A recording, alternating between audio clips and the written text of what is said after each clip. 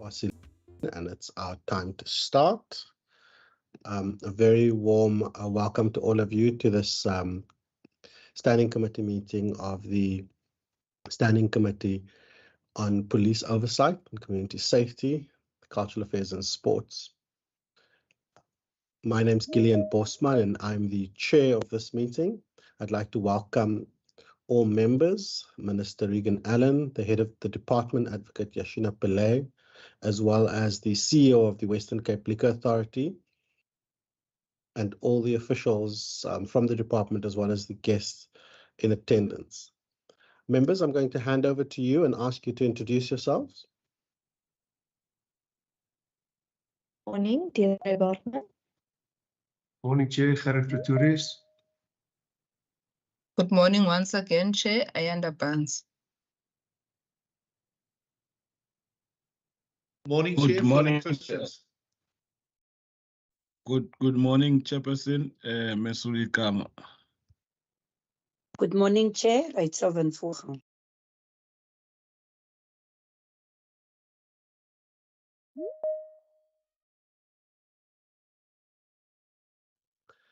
Thank you very much. Wasim, did we receive any apologies? Good morning, Chair, and all guests, and no apologies received. Thank you very much. I'm now going to hand over to the Minister and the departmental officials to introduce themselves. Good morning, Chairperson. Good morning, members of the Standing Committee. I am Regan Allen.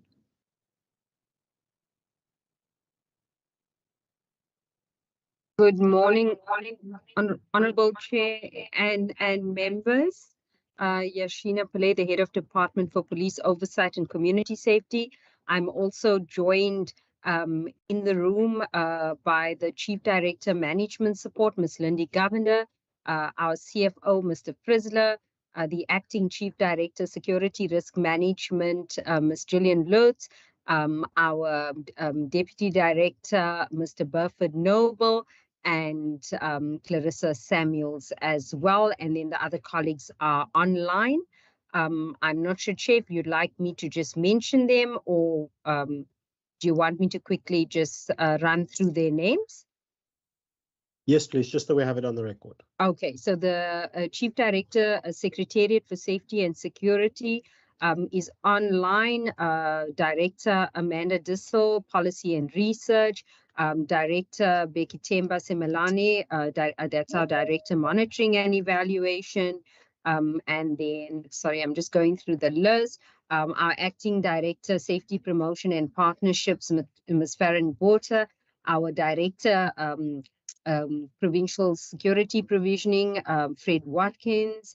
And then also, I think I've covered everyone. If I haven't, if the colleagues can please indicate as such.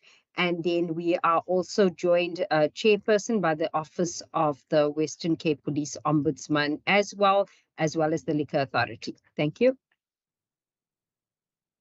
Thank you very much. Is there anybody that the HOD did not mention that is online? If you could please just introduce yourself. Good afternoon, committee. Stacey McLean, Head of Ministry to Minister Regan Allen. Thank you very much. Welcome, Ms. McLean.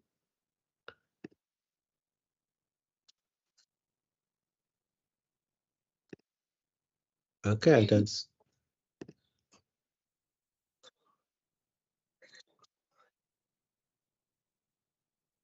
don't see or hear anybody else. Colleagues, I'm sure I don't need to remind you of the rules of engagement for virtual meetings. We've been doing this for a while now. But just so you know, we are here to discuss vote 4, police oversight and community safety in the schedule to the Western Cape Adjustments Appropriation Bill. This meeting is also considered a public hearing. So if there are any members of the public who would like to give input once the members have asked their questions, please do just indicate. I'm now going to afford the Minister and the HOD an opportunity to make any opening remarks if they wish to do so. Chairperson, I trust that I'm audible your side. Yes, you are. Chairperson, thank you so much for this opportunity. It is under difficult circumstances that we are deliberating on vote 4 today. Just yesterday, during Minister Wenger's tabling of the midterm budget policy statement, it was very clear that the province is working, but it's difficult considering that there has been a 1.1 billion rand reduction to the budget in here. It is very clear, even sitting now in an area called Merweville, out in the central Karoo district, because as a province, we are very adamant that no community, no part of the Western Cape must be left behind. And when we see consistently where budgets are being cut, it places us in an extremely difficult position.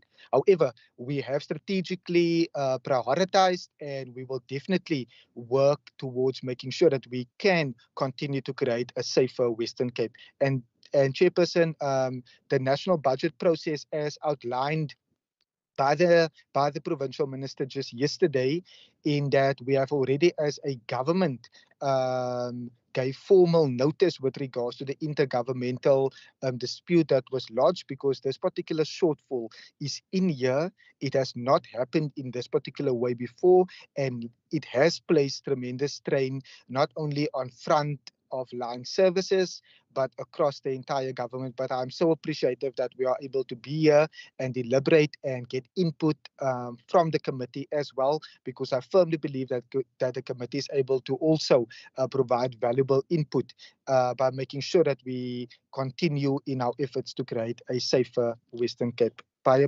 dankie. Thank you, Honourable Chairperson. As ministers already alluded to, it is unfortunate during these challenging fiscal times that we have been faced with budget cuts. We have tried our best as a department to project cuts that will minimize the service delivery impact and our mandate, but we continue to strive to do our best within this fiscal environment and with our limited resources to make the Western Cape safer for all its residents. Thank you, Chair. Thank you very much, both to the HOD and the Minister, for those opening remarks. Members, I'm now going to table vote 4, Department of Police Oversight and Community Safety. If you could give me an indication of whether you have any questions. Member Bartman.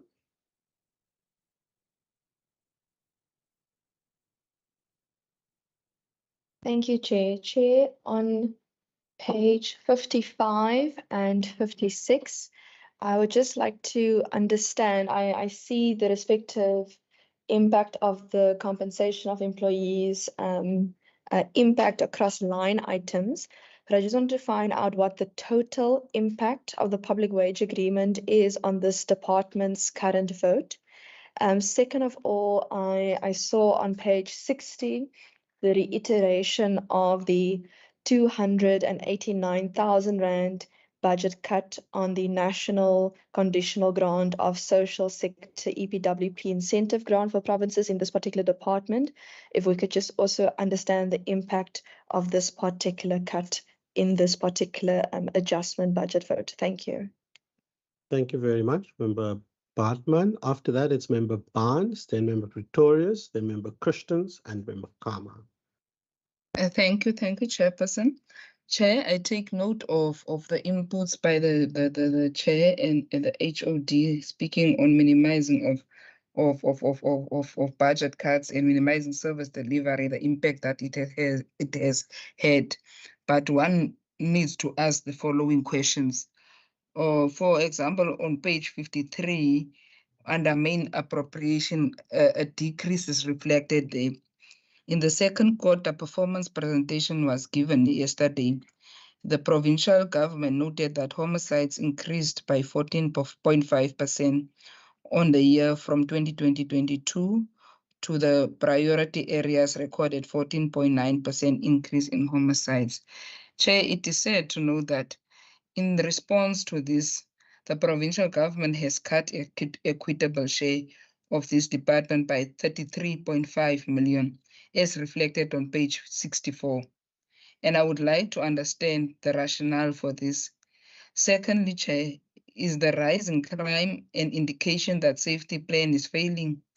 And how will this budget cut add to this failure? Chair, lastly attached to this question is the government's response and plans to address has it increased on violent crimes? Chair, my last question will be on page 57, under sub-program 2.5, underspending mainly due to less funds required for neighborhood watchers inventory. I know that there are two priority reasons for shifting of funds. It's vacant posts and less funds required for that particular service. However, Chair, can I get an understanding of how many posts have not been filled? And secondly, in respect of less funds required for neighborhood watchers and CPFs, how is this possible? And how did it happen? Because in my understanding, Chair, CPFs and neighborhood watchers always need funds. This is due to poor planning by the department, or is it the census project that is not budgeted for in the main budget? If I can just get clarity on that. Thank you, Chair. Thank you very much. Member Pretorius. Thank you, Chair. Chair, page 55. In the right-hand column, the two column, if I might call it that, there are at least two places where reference is made to staff debt. It's not huge numbers we're talking about. I just want to inquire about this whole phenomenon of staff debt, if that can be just explained. It's also reflected on page 60 under self-finance financing expenditure. Then, Chair, page 63, then referring back to page 63 under Program 1 Administration, it says here the increased spending is mainly due to the increased budget allocation for the Western Cape Liquor Authority in 23-24, which is transferred on a quarterly basis. And yet in Program 1, there's a reduction of 1 million rands. And then also under Program 1 Administration, lower down on the page, there's an amount of 1.3 million rand that was shifted to Vote 1 to the Department of the Premier for the development of software systems for safety projects. If we can just get some clarity and elucidation on those. Thank you very much. Thank you very much. Member Christians. Thank you, Chair. Chair, some of the members did cover some of the stuff, but I just, when I speak, I usually also look at neighborhood watches. So, I know how it works. They must apply, they must comply, and all of those things. But with crime being so rampant in our communities, neighborhood watches, there should be more, given to neighborhood watches. So just Member Barnes has alluded to the fact, but I'm still very worried about, 2.5 and 2.5, the neighborhood watches and the community police forums. Just to help us on that, to understand, I think we should have more boots on the ground when it comes to neighborhood watches. And here we have a reduction. Just Chair, Program 3, Provincial Police Policing Functions.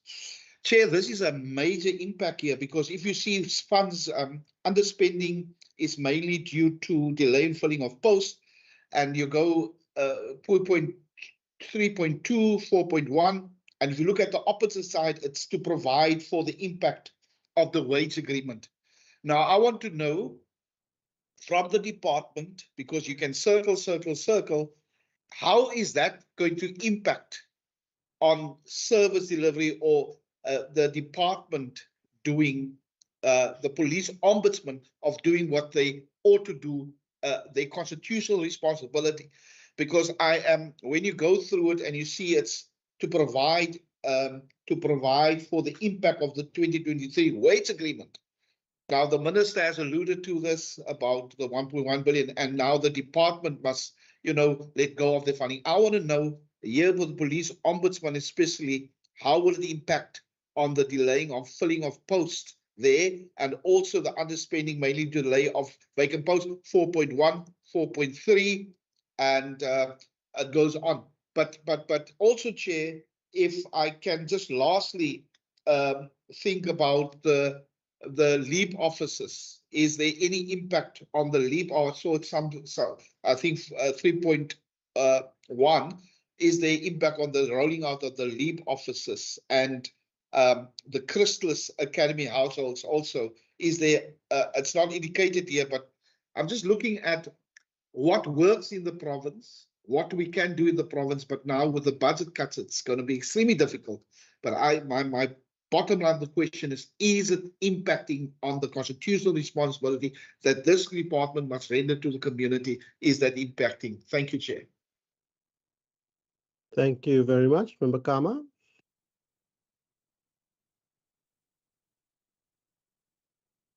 Thank you very much. And let me also appreciate the other questions that have been asked by members as they answered some of the questions that I have. Chair, I think one understands the challenging and very challenging fiscal environment that we are faced with.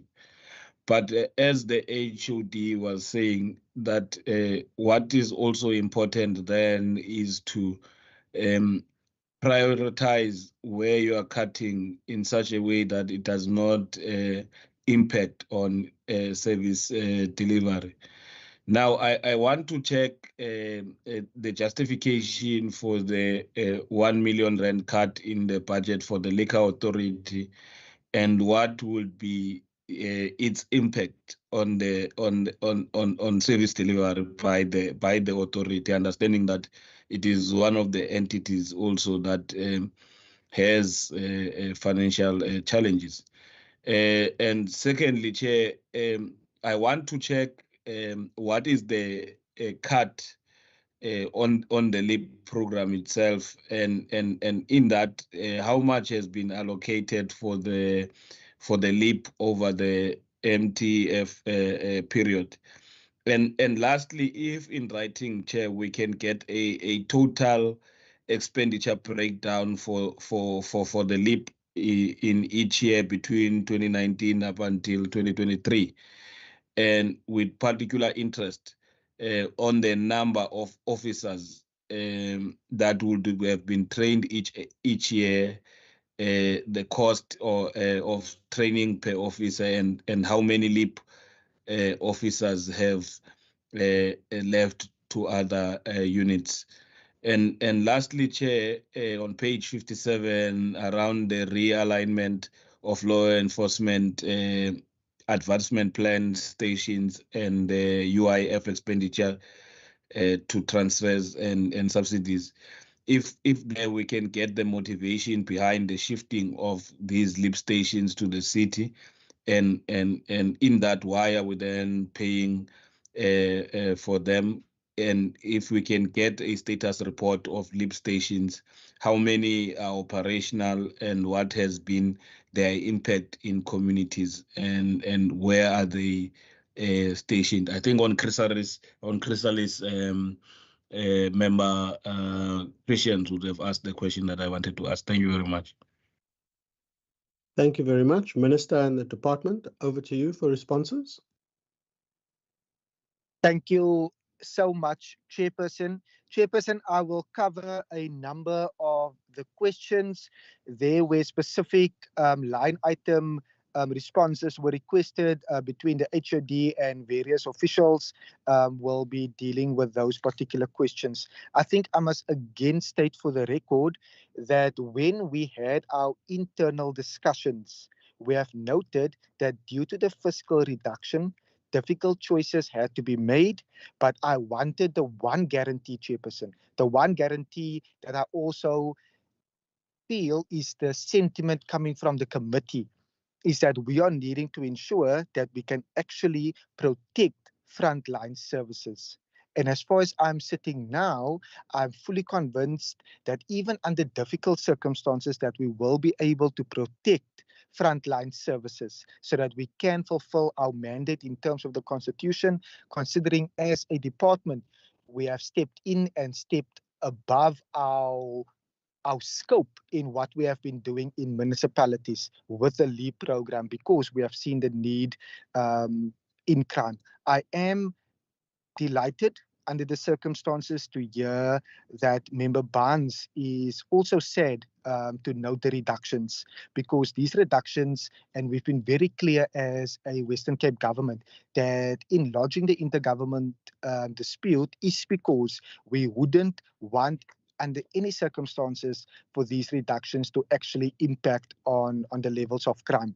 I would also like to remind the committee, based on the inputs made by Premier Windy just last week in the House, when we looked at violent crime, murders, and the rise of crime, Member Barnes referred to a particular quarter. Now, when we analyze our quarter, we know that quarters vary, and depending on a number of factors, like, for example, the amount of parolees that is released or the amount of sporadic incidences in gang violence, we can see an increase in a particular quarter. But when we track from 2014 up until 2019, and from 2019 up until 2023, and in the report that was released by the ISS, an independent report, it was confirmed that the Western Cape was actually the only province that saw a decrease. And that particular decrease is since the implementation of the Western Cape Safety Plan.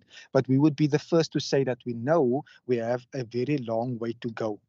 In terms of the functions and the core functions in provincial policing, I will allow the HOD to cover that, and the filling of priority posts. When we looked at where we had as a when we looked at our vacancy rate, we were always adamant that we are needing to ensure that we can fill those posts. But in an environment where we have seen fiscal reductions, we were very clear then to highlight our priority post. And I am, from where I'm sitting, that we are able to fill our priority posts, and we are consistently having those engagements with the Premier and with Treasury as well. In terms of the LEAP program, I can confirm that I've had a bilateral with the Premier, together with the Mayor and Alderman Smith, just in this week. And during that engagement, we have assurances that we will be protecting the LEAP program, despite that particular cut that is listed in this adjustment. But HOD, and through you, Chairperson, we will answer the specific questions, and also as soon as we receive the request for information by the committee based on the LEAP stations and based on the LEAP program, we would be more than happy to place that on record and provide the relevant information that we do not give all today, so that we can be more detailed in that regard. But Chairperson, through you, I will give over to the HOD. Thank you very much, Minister. So I will attempt to answer all the questions and have the team come in as well. And if I can please be reminded if I have forgotten any. So just in terms of the first question on the total impact on our COE in relation to the wage agreement, it is 10.24 million, the impact on our department. And then in relation to the EPWP grant, the cut of 289,000, it does have an impact. However, that being said, over the years, we could not just rely on the national grant. We have always reprioritized our budget to the amount of approximately 20 million or more to be able to accommodate the the large number of beneficiaries, including chrysalis graduates, etc., that do benefit from these work opportunities. In terms of the increase in murder, yes, we have unfortunately seen that with the release of the latest crime stats. We have, in terms of the cut of 33.5 million that was alluded to by Honourable Member Barnes, this does have an impact on the department's ability to render optimal services. But as I indicated earlier, we are trying our best to minimize this impact as it relates to the residents of our province. In relation to the neighborhood watches and the stock being available, which comprises starter kits and uniforms, and the underspend there, it's in relation to the stock that we already had of the starter kits and uniforms. So we were able or are able to draw on the existing stock, and therefore that reduction. Also, the provision of the starter kits and uniforms is based on the accreditation of neighborhood watches, of which it is a voluntary process. We are very hopeful, and we do assist as far as possible to have as many neighborhood watches accredited as possible, and this allocation is based on that envisaged accreditation process. In terms of our posts not being filled, there are 43 posts that were in the pipeline that we were unable to fill. We have requested concurrence from the Premier to fill 9 of those 43 posts, which we deem very critical to continued service delivery in this department. In relation to the census project, it is not due to poor planning. This is an unfunded mandate of National, which is the Civilian Secretariat for Police Service, that a census project is conducted every 5 years in relation to all police stations in the province. Not poor planning, but we had to allocate budgetary resources to be able to meet this national requirement as well. Just in terms of the staff debt, the staff debt is written off based on the advice from that we received from the State Attorney's Office not to continue to pursue this, also because it is not economical or because the time has prescribed. This is old staff debt that we were dealing with in that regard. In relation to the Liquor Authority and the 1 million cut, unfortunately, the cuts have had an effect on LEAP, on the Chrysalis Academy, on the Liquor Authority, on the Office of the Ombudsman, and the department. So I will hand over to the CEO of the Liquor Authority to answer that question on the impact that was posed later of that 1 million cut on the Liquor Authority. The 1.3 million transfer to the Department of the Premier is to CEI. It is for the development of our IT systems and platforms to enable us to work more efficiently as a department. In terms of the late filling of posts of the Ombudsman, I think that if the Ombudsman's office would like to reflect on that, but as already indicated, this wage agreement has affected everyone, affected the department. As I indicated, we had 43 posts.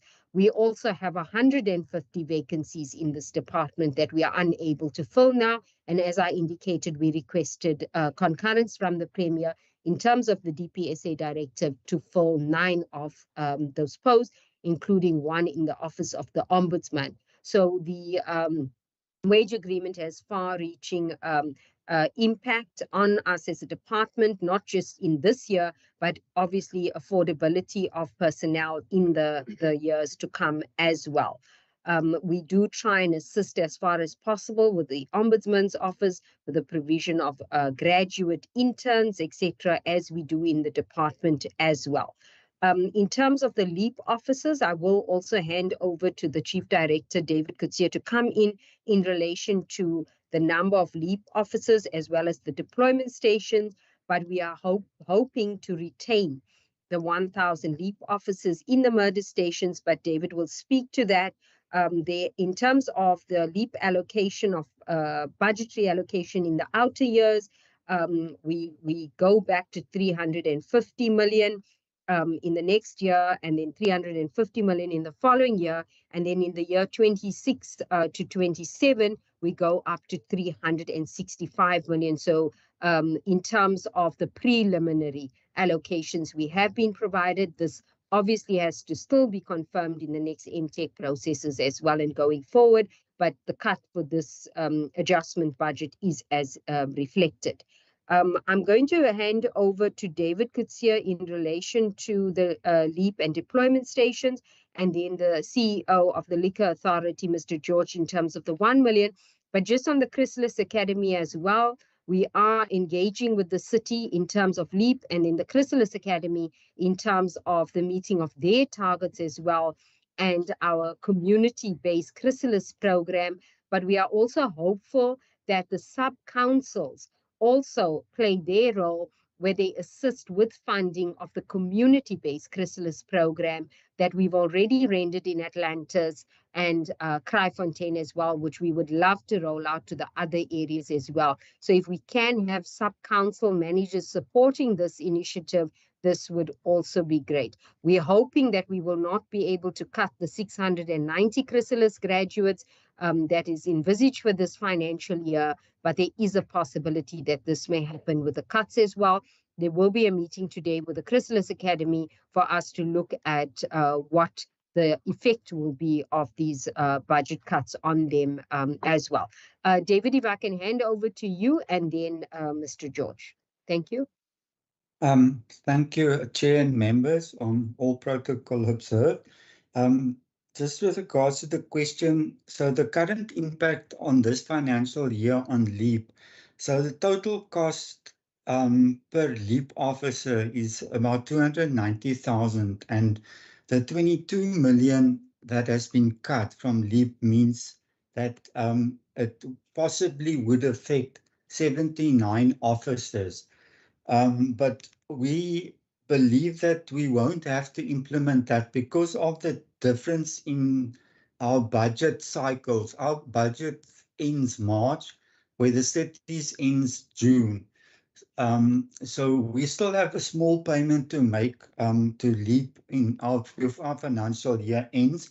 And then in the new financial year, we want to make an early payment. And if we do that administratively correct, it would mean that we would not need to cut any officers from the to maintain the 1,000 LEAP officers in the 13 priority areas. So that is the plan we have in place to mitigate that risk, and we are have been discussing with the city how to then mitigate, and then we can move forward together. We had also had a session where we sat down with all 13 area commanders and Chief Brandt. So we also looked at scenarios of how we would redeploy, but we are confident that we will be able to render that service in the areas. In the budget, there was a 4 million transferred to the city for LEAP stations. So currently, why we're doing that is because the city has already contractors in place, and we can then also access those contracts. If we had to go on our own out, we had to go out on tender, and then they already vetted service providers. So we are busy looking at renovation so we can have deployment from Hanover Park. There's already deployment and a site at Mufuleni, Delft, Philippi, Bishop Labers. And we're currently now in the process of looking at the branding of those sites so they are more visible in the community, and then the LEAP officers are more visible and then seen to be in that community. Thank you, Chair. I think I've covered those 2 points. Thanks.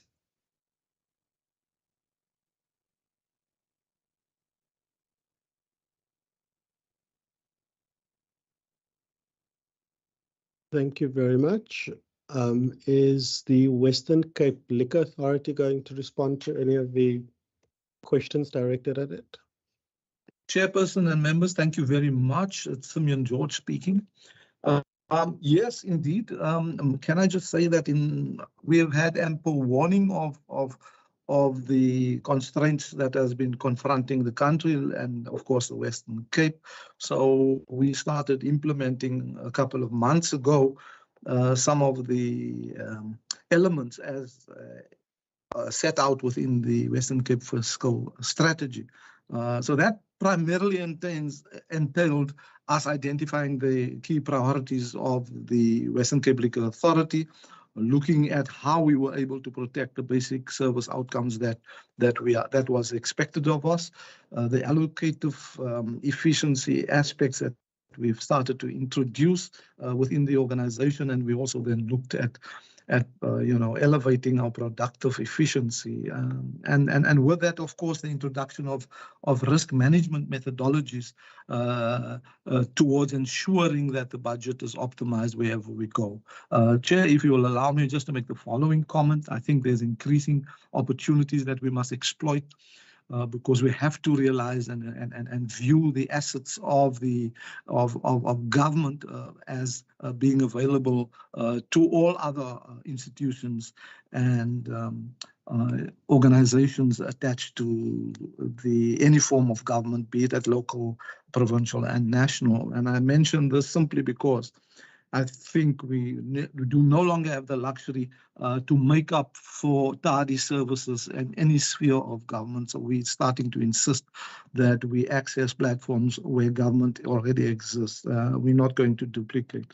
So in relation to the question, where does the budget come from? So when we started prioritizing on how do we absorb this 1 million cut, essentially, we have positioned some functions and prioritized them. The one that I can pertinently relate to is our understanding of communication, education, and stakeholder engagement.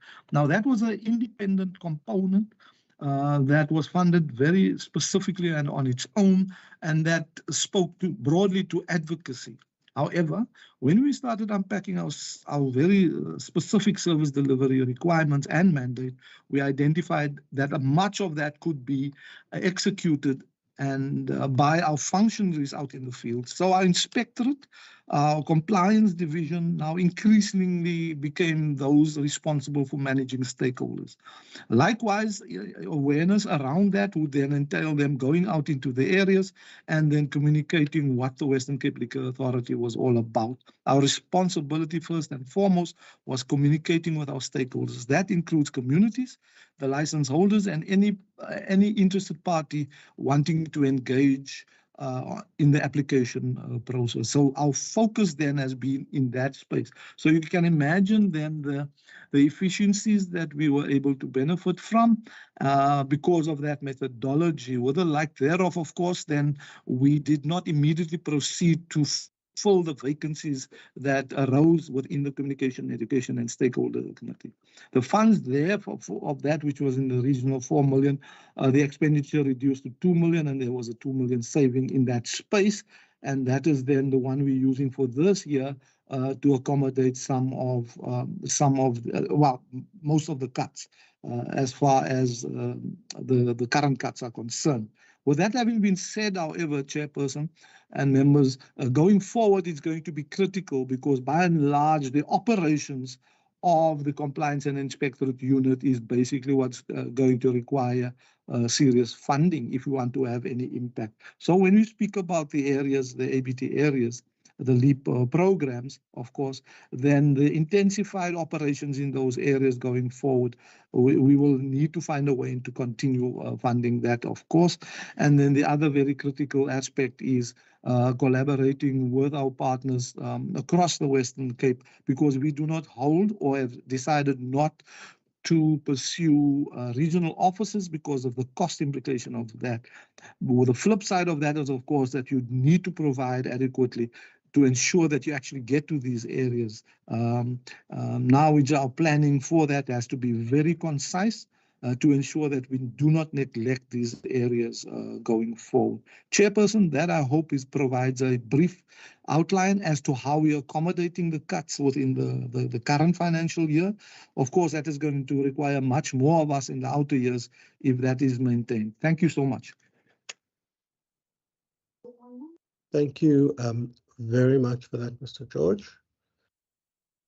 Members, can I get an indication from you whether you have any other questions? Member Barnes. Thank you, Chair. Perhaps it's just a follow-up on my question that I asked earlier on the neighborhood watchers and the CPFs. This is where the department must help me, Chair. With the underspending in the budget cuts that we're having a budget cut that is an issue now that is at hand. Yet you find the department underspending on a matter of saying that there was stock that was left. Chair, with the utmost of respect, where I'm sitting, my view is that there are so many neighborhood watchers and so many CPFs, and they are needed for work. And today you hear there's stock somewhere. We cannot even finish what we have, and we are complaining about a budget cut, but we are not mastering what we are having here. What is the process for CPFs or neighborhood watchers to be getting accreditation, since it's a matter of accreditation that they must be getting accreditation? What is the process for everyone to be accredited? At the end of the day, these people are not even getting a salary. They are coming to do a service for us as a community, and we don't seem to invest and focus on other things while they can reduce crime for us. Thank you, Chair. You, Member Christians.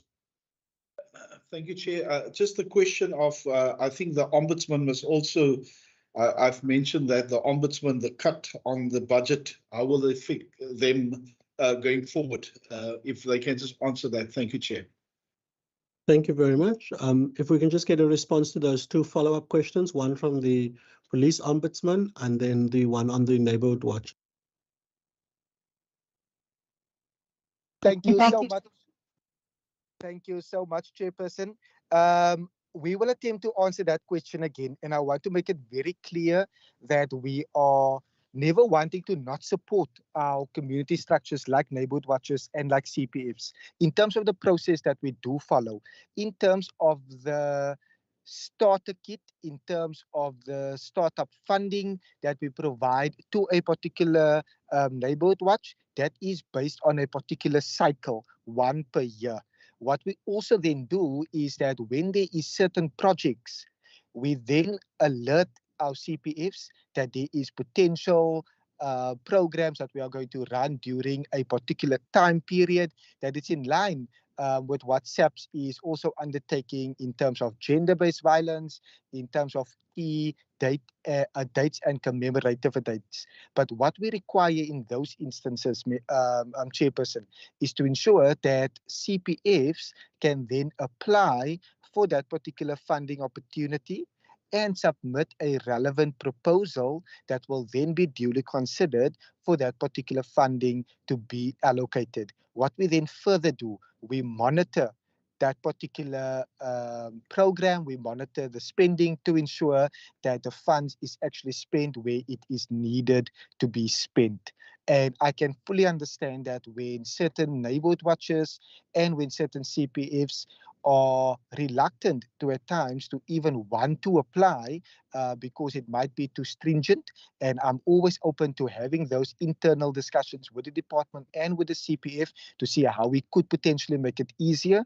But under no circumstances would we be able to not follow the due process that when funding is applied for, it is a set criteria that needs to be met.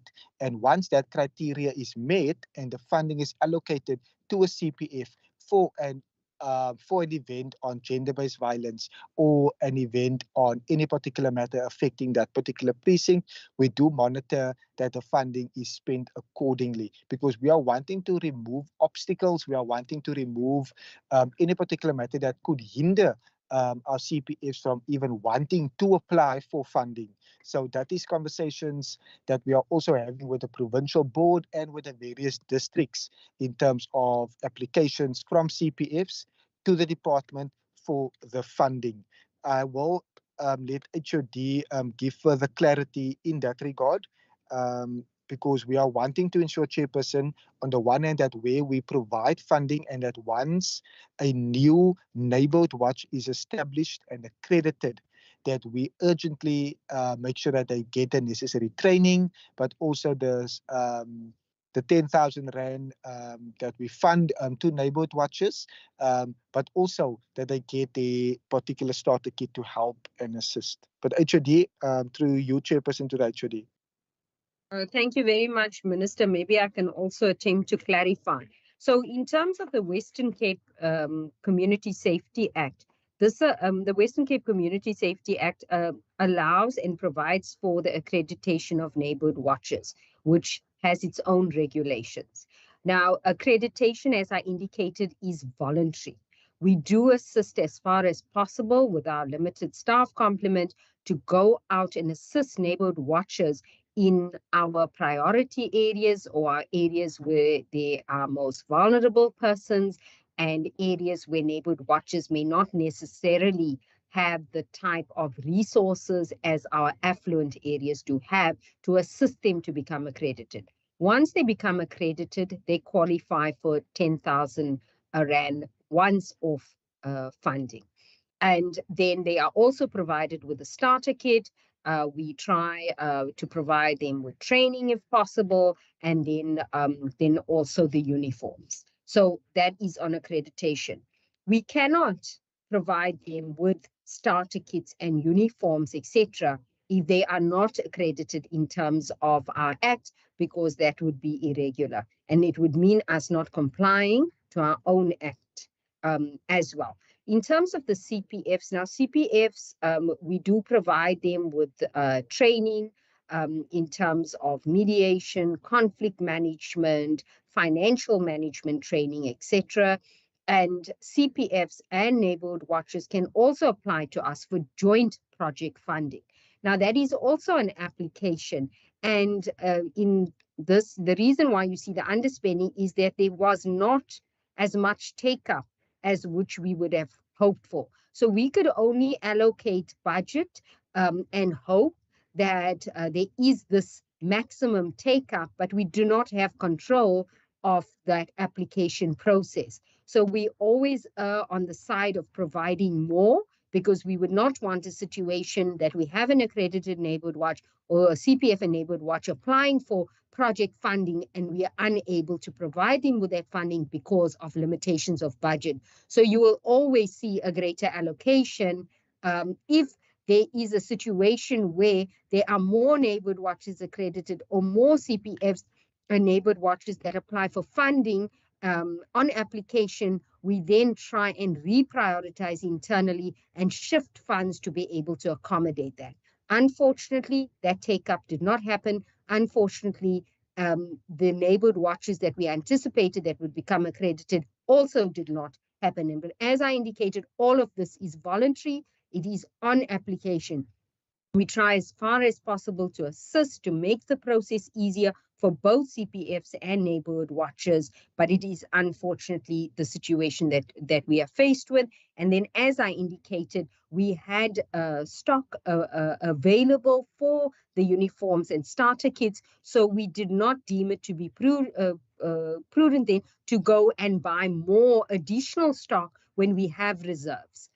So therefore, the underspending in that regard. I hope I have clarified that adequately, and then I will hand over to the Office of the Ombudsman as well to answer. Thank you.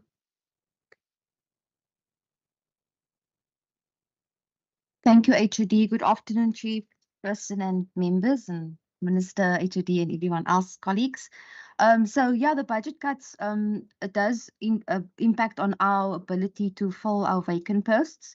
However, we do have one a post on the critical list, which we hoping will be approved. And then we also will appoint 2 graduate interns shortly, who will also then be able to assist with the workload. So that's from our side. Thank you.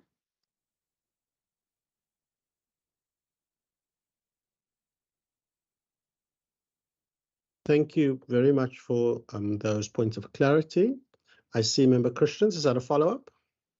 Yes, thank you, Chair. I'm not going to belabor the point. Just the one thing is, I think the HOD did mention it, but can I just get again? I'm just trying to work out what is the total cost, the impact of the wage agreement for 2023. What is the total cost if you look at taking the ombudsman, taking the liquor authority, taking the department? What is the total cost? If the HOD can give us a total cost, I think she gave it to us. I'm not sure. And just like I said, I don't want to belabor the point, but and the HOD did say, you know, it's according to the Act that the accreditation of neighborhood watches is voluntary.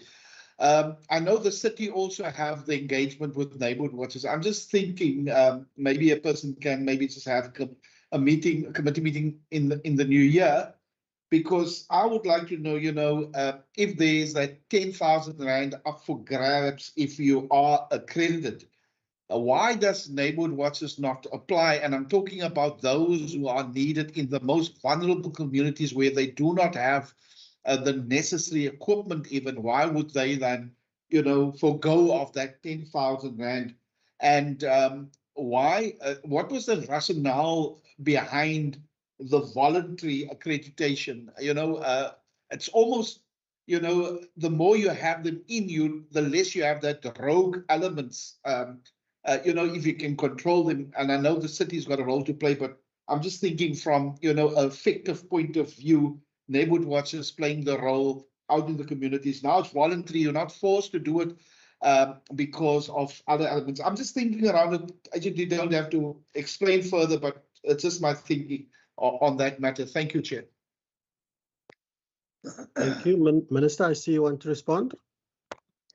Thank you so much, Chairperson, and may I say thank you to Member Christians for this particular question, because we have not highlighted during our answering session with regards to the support from other municipalities to neighborhood watches as well.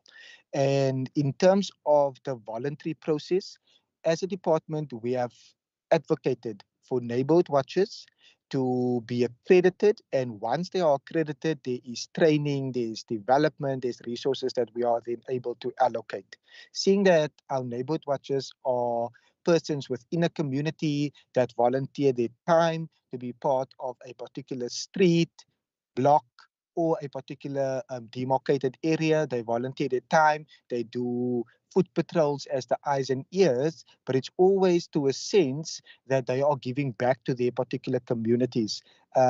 We are very clear that under no circumstances would we be able to force any particular resident to be part of a neighborhood watch, but we deeply encourage even the members in the house to form part of their particular neighborhood watches in their areas, so that we are able to have higher uptake in terms of active participation in the neighborhood watches. But the point that Member Christian highlighted with regards to the City of Cape Town is vital. In our engagements and in our bilateral discussions with the City of Cape Town, I can, for example, confirm the following. We have instances, and I've personally, Chairperson, been to those handovers as well. So even though in terms of the Western Cape Community Safety Act, we as a department would be responsible for the accreditation of the neighborhood watches. And those neighborhood watches find themselves working in a ward, in a community, in a municipality. And when I visited an area like Atlantis, for example, in Atlantis, the relevant councillor will make X amount of his ward allocation available to neighborhood watches, and there's additional capacity, there's additional resources that is provided to that particular neighborhood watch. So on our end, we also have been very clear for neighborhood watches not to necessarily double dip. That means that when we have constraints outside, and there's constraints all across our country, constraints at national, local government, constraints at the provincial government level as well. We are encouraging our councillors, and via the sub-council funding as well, for those councillors to activate and recommend for funding to flow also to the accredited neighborhood watches. We also have an agreement with the City of Cape Town whereby funding via ward allocations and funding via sub-council programs and projects to neighborhood watches is also via the accredited neighborhood watches, so that we can have some form of regulation within that particular environment. But we are always trusting for further uptake into our neighborhood watches, so that more and more people can be actively involved. And I'm so appreciative. I've been to areas even like Licha, where councillors have worked with their particular neighborhood watches and made X amount available. Areas like Lotus River and all over the city of Cape Town, even outside of the city of Cape Town, where funding is available via municipal projects. We always encourage that those funding should have a safety component. Those programs must have a safety component that neighborhood watches and the communities can ultimately benefit from. But HOD, I'm not sure if you want to add anything further to what I've indicated now.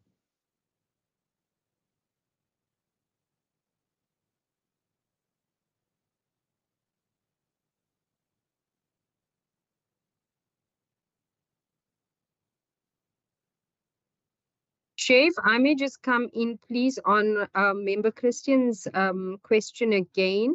Honourable Member Christians, it is the impact on the wage agreement is 10.24 million to the department. Thank you. Thank you very much to both the Minister and the HOD. Members, can I get an indication of any other questions that you may have? No, Chair. Okay, I don't see any other hands. I also haven't received any indication from any members of the public if they would like to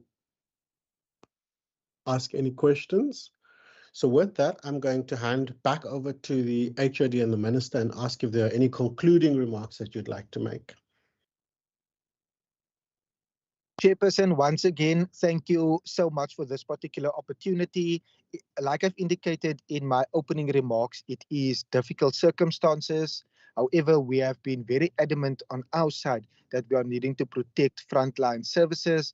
We are needing to protect our core mandates, and where we have stepped in terms of the LEAP program, that we would be able to put administrative processes in place so that that particular cut does not affect the LEAP deployment within our priority areas. And we will consistently work hard towards ensuring that those processes are in place, that we can ultimately continue in our mandate to ensure that we play our role effectively. And I would sincerely encourage this particular committee to submit the further request for information via the committee, and we will then make sure that we provide further feedback and clarity on some of the matters that the committee might still want information on. And in closing, to encourage the committee to support the adoption of this particular vote, considering it's difficult, but as a department we have showed that we haven't shied away from these difficult conversations or in what we're needing to achieve, and the support from the committee will be highly appreciated. Thank you.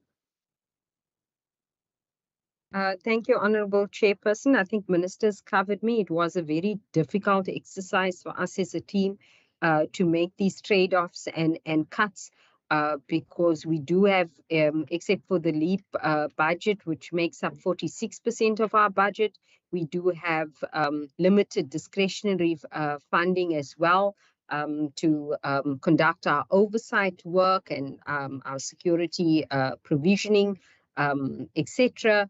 So it was not an easy task, but we did the best that we could, and we are hopeful that the fiscal environment will change in the country to allow us to provide greater safety for the residents of the Western Cape. Thank you.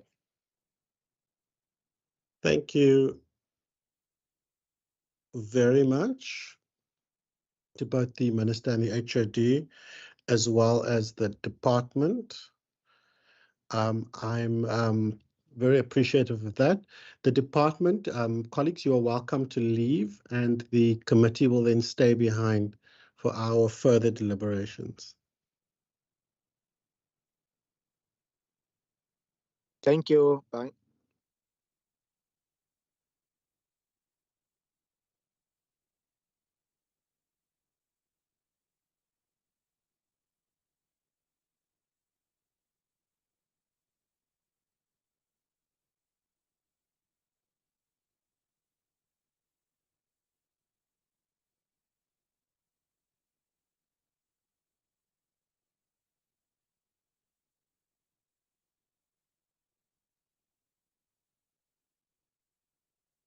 Colleagues, are there any resolutions or requests for information that you'd like us to include, Member Barnes? Yes, thank you, Chair. Mine would be on the question that I asked earlier on the neighborhood watchers, if maybe perhaps the department can furnish us with details of how many neighborhood watchers are we having, including CPFs in the entire province, and how many of them statistics are accredited, so one can get a sense of the figures as to what's happening. Thank you, Chair.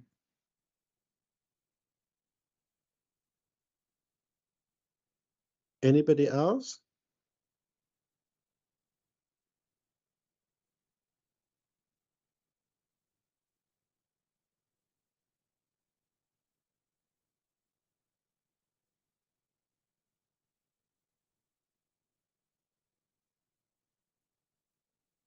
I don't see any other hands, so we've got that one.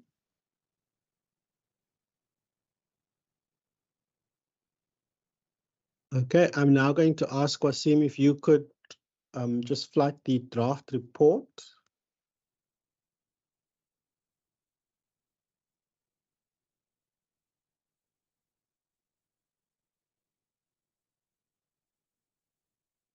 So colleagues, our report will then read the report of the Standing Committee on Police.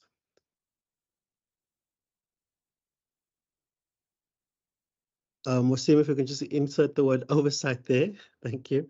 The Standing Committee on Police Oversight, Community Safety, Cultural Affairs and Sports on vote 4, Police Oversight and Community Safety in the schedule to the Western Cape Adjustments Appropriation Bill B7 of 2023, dated 29 November 2023, will read as follows.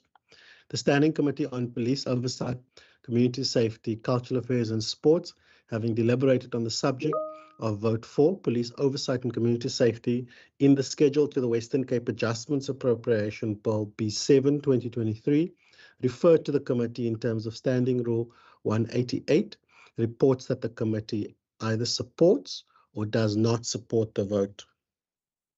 Members, can I get an indication from you, Member Bartman?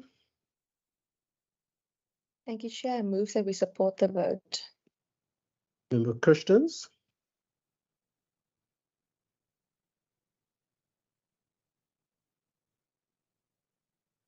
Sorry, Chair, I was on mute. I second that proposal. Thank you very much. Member Barnes?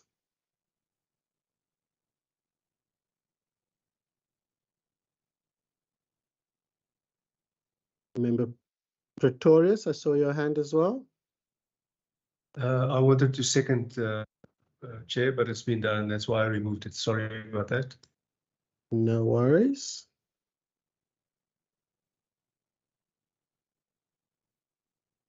Chair, have you heard me? Barnes? Yes, Oh, Member Barnes, okay. I acknowledged you and I heard nothing. No, I realized that I spoke with while I'm on mute.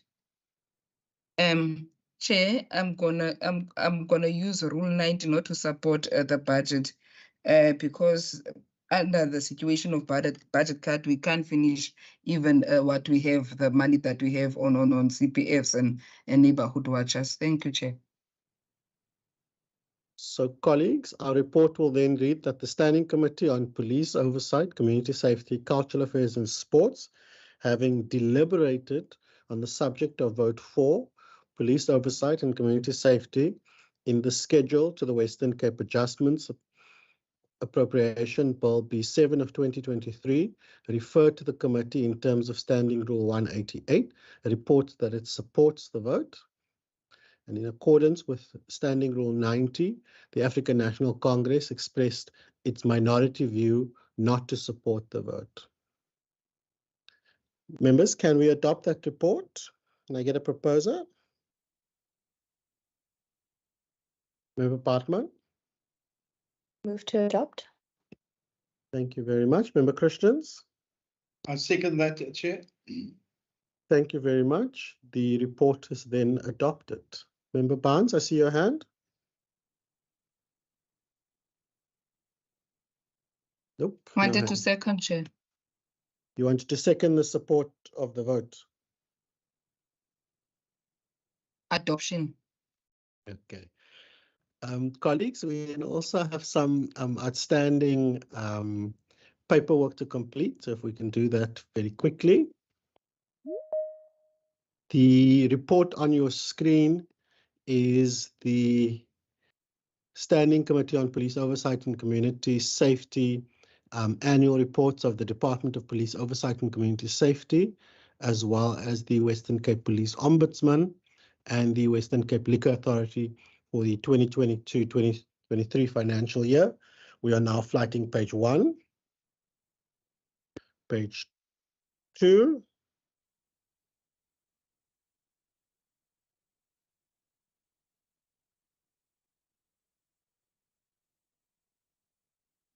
if you could just indicate if there are any additions or glaring omissions that you'd like to point out.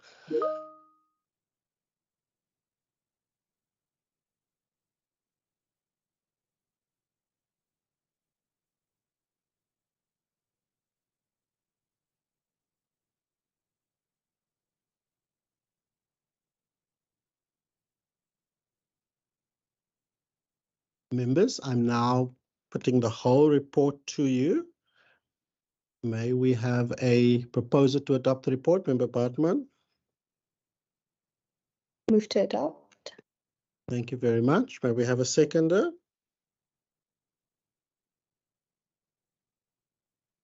Member Pretorius? I second the Chair. Thank you very much. The report is then duly adopted.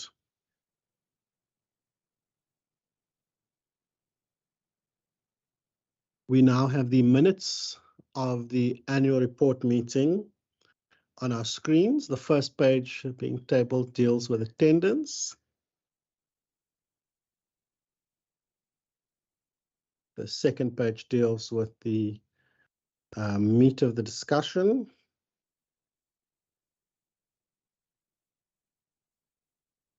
And then it's got our recommendations and resolutions. May we have a proposer for the minutes? Chair, I propose. Thank you very much, Member Christians. And then I see Member Bartman seconding. Seconded. Thank you very much. The next report is an oversight visit to the Law Enforcement Advancement Plan Operations base in Bishop Lavis that took place on the 22nd of August. The first page just deals with the visit and the link to the priority issues. We did a walkabout of the station, interacted with some of the officials, and then also got a live demonstration of how LEAP officers are monitored in the field and how they respond. Member Bartman, do you want to propose that we adopt?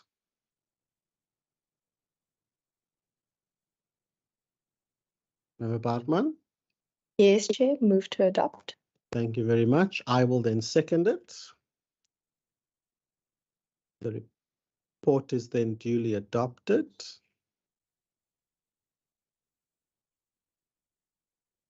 Wasim, do we have any other paperwork?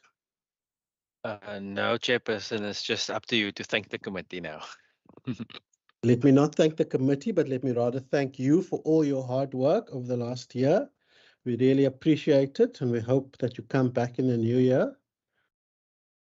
And we're also very grateful for all of the administrative work that you do behind the scenes to act as the link between the department and this committee. And also, members, thank you very much for all your hard work during this year. We will send out the draft agenda for next year and find some space on the parliamentary program to get that. This is our last meeting, committee meeting for the year. So I will see you all in the house. Have a wonderful week. The meeting is adjourned.